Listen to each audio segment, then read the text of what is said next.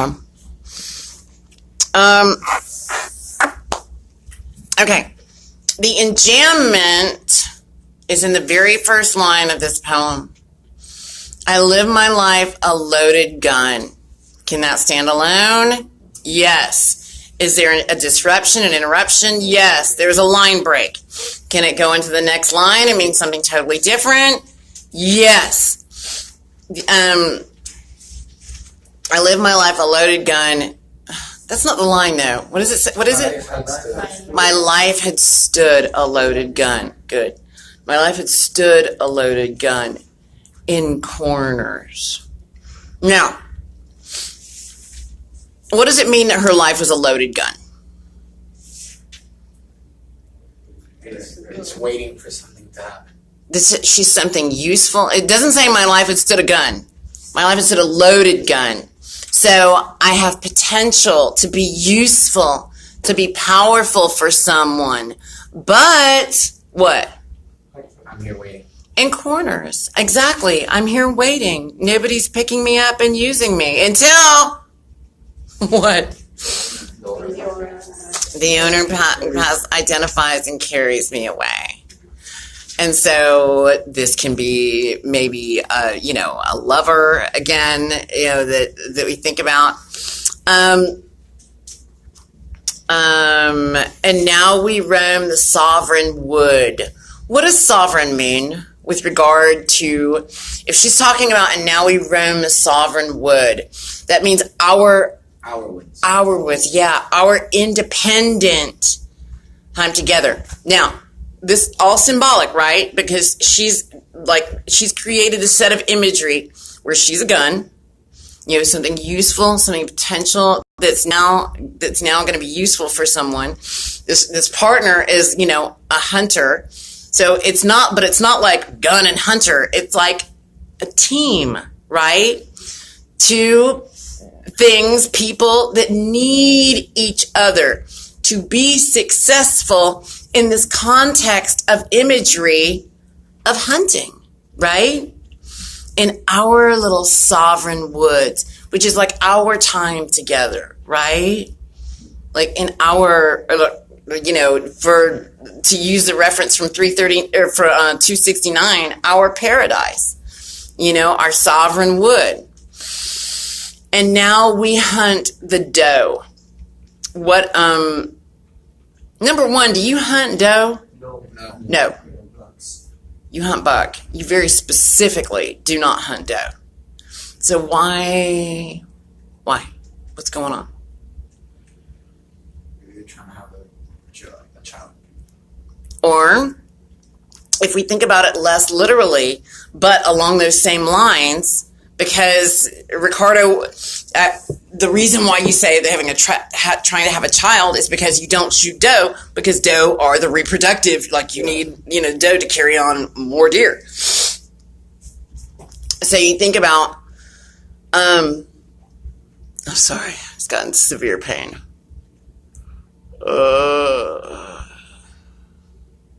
Embrace the pain. All right. So if you think about, and now we roam the sovereign wood, and now we hunt the doe. Yes, as maybe looking to be fruitful together, even not even necessarily reproductive together. Although I do think that's a possibility, but maybe even productive together, or even, we're seeking something beautiful together. We're seeking something beautiful, fruitful, and productive together. All right, I've taken you guys through 3 stanzas, right? Or just 2? 2. All right, you're on your own. What's next?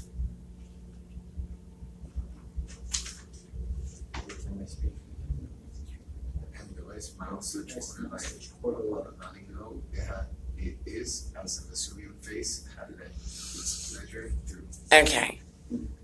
So, and do I smile such cordial light? No, that's not the next stanza, is it? What's the next stanza? Oh, every time I speak for him, the mountains straight reply. What is the speaking?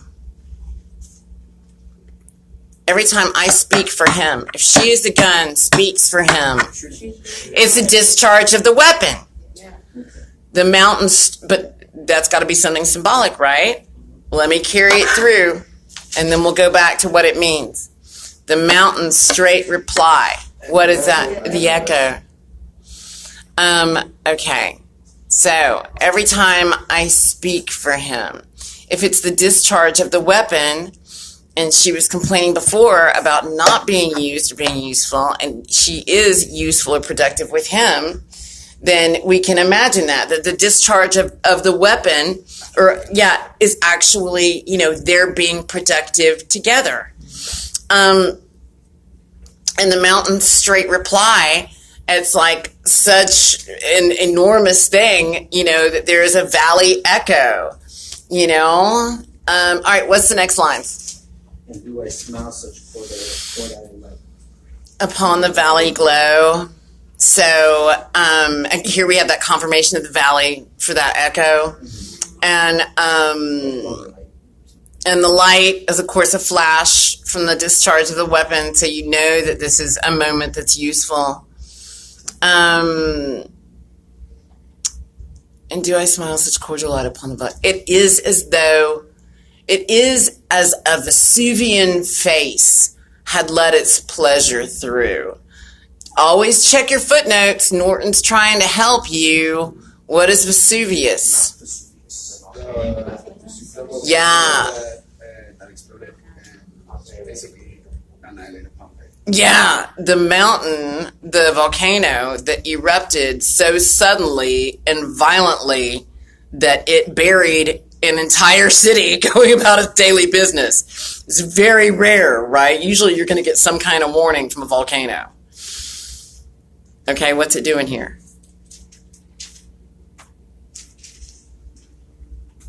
So you said the cordial light is the muzzle of the gun going up? Cordial. Cordial? It is as though... Because the definition would be a warm and friendly light. Yeah, but remember, is the gun something dangerous? No. So can this be a warm and friendly light? Especially in the relationship of this poem, where it's useful gun to, rare person that finally realized its usefulness? Is this a warm and friendly relationship? Yes. And hence those words. You're right, Kevin, though, to pull out that word. No word is random. And that, so you can think about how that word fits in there. All right, so why Vesuvius? And why this face? Because they were charred. They were basically turned to stone when they were put in lava.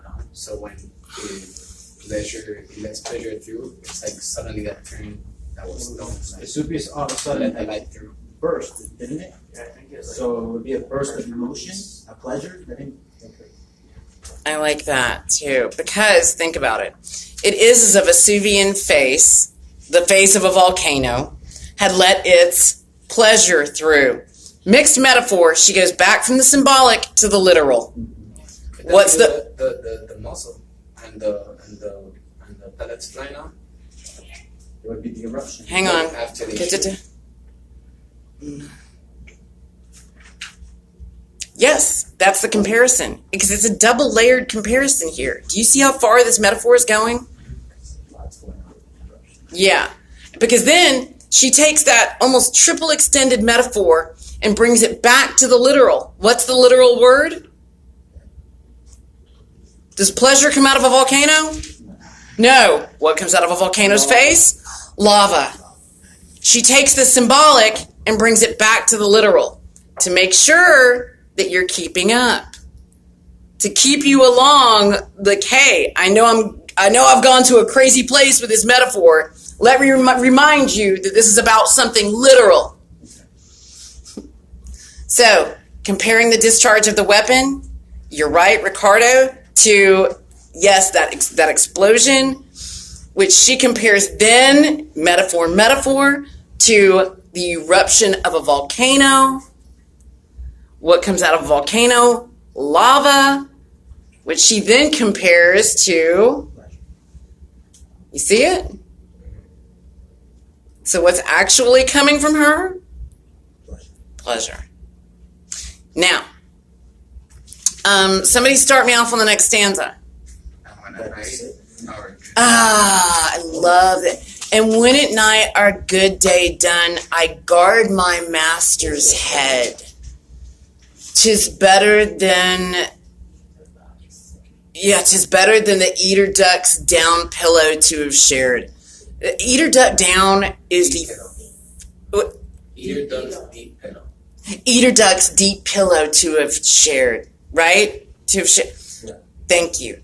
The eider duck down is the finest down you can get a hold of. And you guys know what down is, right? Duck feathers and pillows. And it's not regular feathers, it's a duck's butt. It's basically what, was that weird? It's what the moms make the nest out of. Like they peel the feathers, the soft, and they're small, they're tiny. So do you know how many it takes to make a pillow? A lot. Very expensive. Okay? Very fine. So she's saying, what is she saying? Listen, what is she saying? And she's not just saying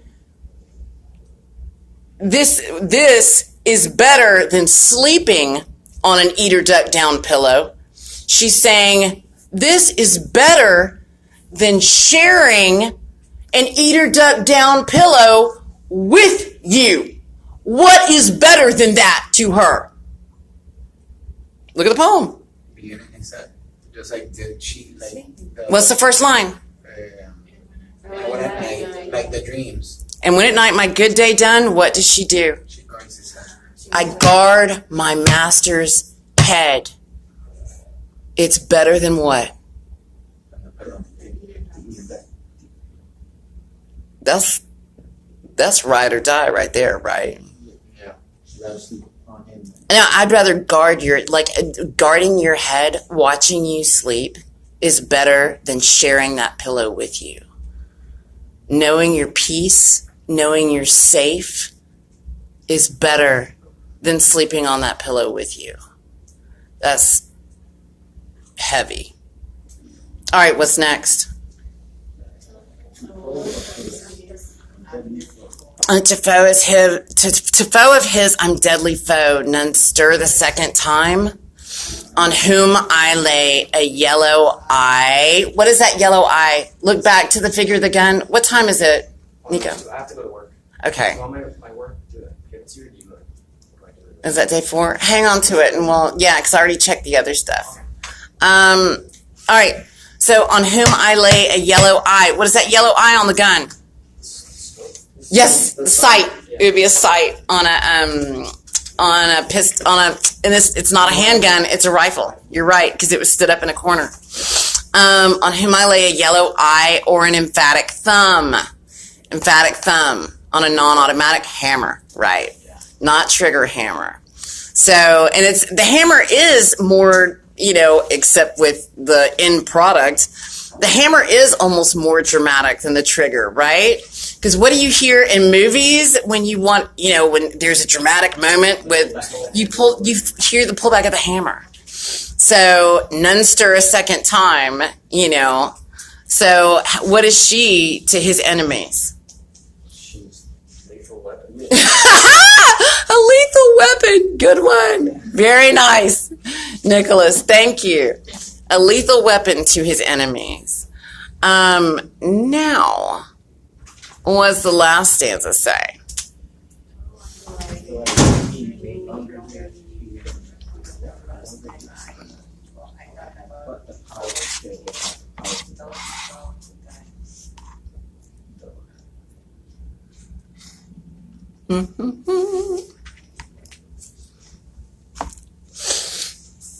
Think about it this way.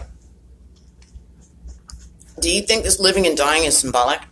No.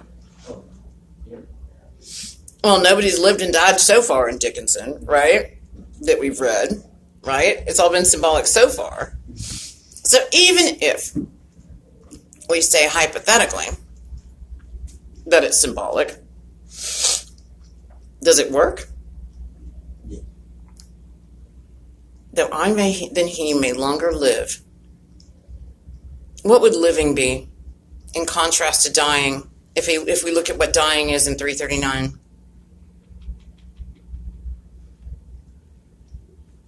What was dying in 339? Anguish. Agony. No, wait. 339.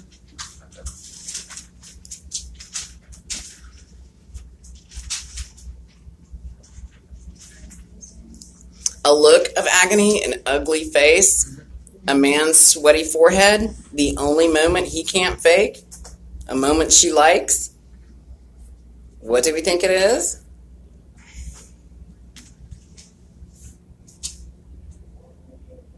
Is everybody really lost on this?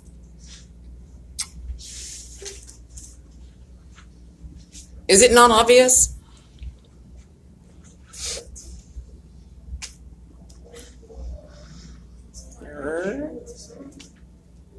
What do you want to say, Harold? I don't want to say this. Nothing.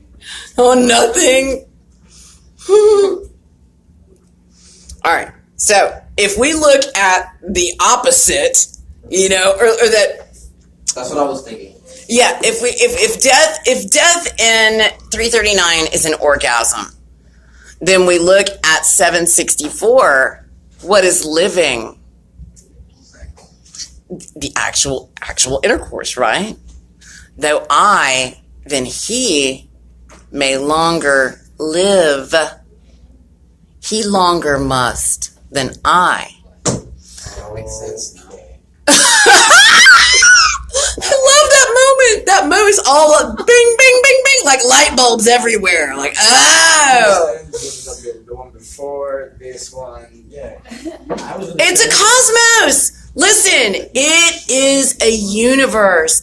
Hey, I will be the first one to tell you that reading all of an artist's work will help you in understanding. I think about it this way. Do you want to listen to somebody talk about an artist's music if they've only heard one song? No. Shut up. You don't know my person. You don't know Arcangel. You don't know the flow. Like, you don't know. But if you listen to all their music and you listen to it like the words, you know this cosmos, and it's special to you. Like, then you can see correlations, right? It's the same with poetry. So I'm not gonna lie to you guys, like, having read only 3 poems from these 2 very exhaustive poets, is just like not even is tip of the iceberg, And yes, it does help you in understanding to read more of their work. All right. My theme of imagery for 764, what is it? Hunting. And do I have an enchantment in 764? Here's what you need to know for Dickinson. Dickinson is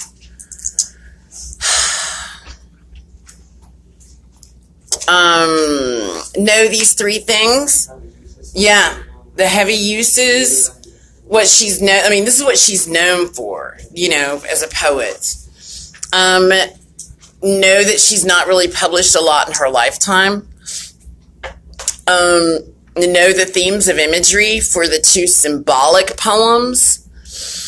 And then know the placement of the enjambments. There's symbolism in 2 of the poems, so you need to know those TOIs.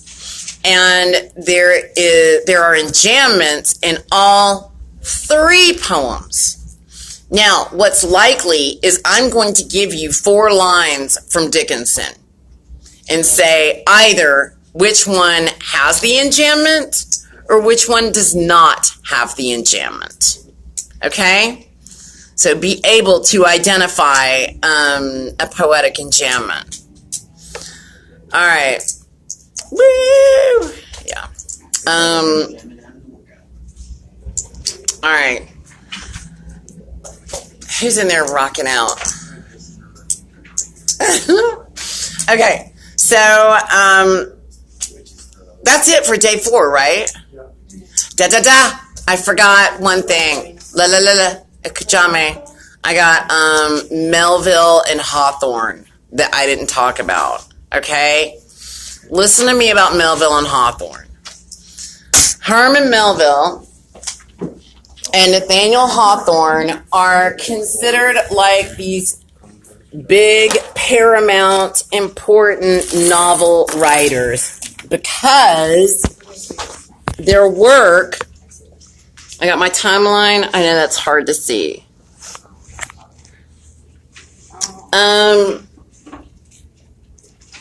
Because their work appears like almost smack in the middle of the American Renaissance, and because it exemplifies every characteristic of American Renaissance work and is very distinctly American in values, in landscapes, in like the people and jobs. Like Moby Dick and the Scarlet Letter are so indicative of that moment in history, and like so much epitomize the characteristics of the American Renaissance, that it's those two works that are considered the major paradigmatic, exemplary works of the American Renaissance. Okay? So just know that in 1850 and 1851, yes, because Poe dies in 1849, then you've got the Scarlet Letter in 1850, and then, Moby Dick in 1851. So, and it's, hey, I don't care about the years. I know I spout out years like it's important. It's not. Know that it happens, right at the peak of the American Renaissance. Yes. As long as you know what the characteristics of the American Renaissance are, and like the general time span, that's what you need to know. 1851. This is Nathaniel Hawthorne, who wrote what? The Scarlet Letter. And then and then 1851 with what? Herman Melville's what? Moby Dick. Okay. So Hawthorne's Scarlet Letter and then Melville's Moby Dick at the height of the American Renaissance. Why are they important? Why do I mention them? Because they have all the characteristics of... Yes, they have all the characteristics of the period. They completely exemplify this period. Yeah. I use the word paradigmatic. I mean, a paradigm is like a perfect example. Okay? Who is this, Dio? No, that's... Ozzy? No, that's Aces High from... Oh. I was like, wow, this sounds like 70s metal. But this is recent? This is recent music? Is this recent music? No. Okay. I was like, what? Because, It's Iron Maiden, not Metallica. I hate to, Alright. As far as 70s metal goes, it's good stuff. Right, you guys? Don't laugh. Okay. I think that's it for day 3. Okay? Questions about anything we talked about for day 3? Oh boy. It is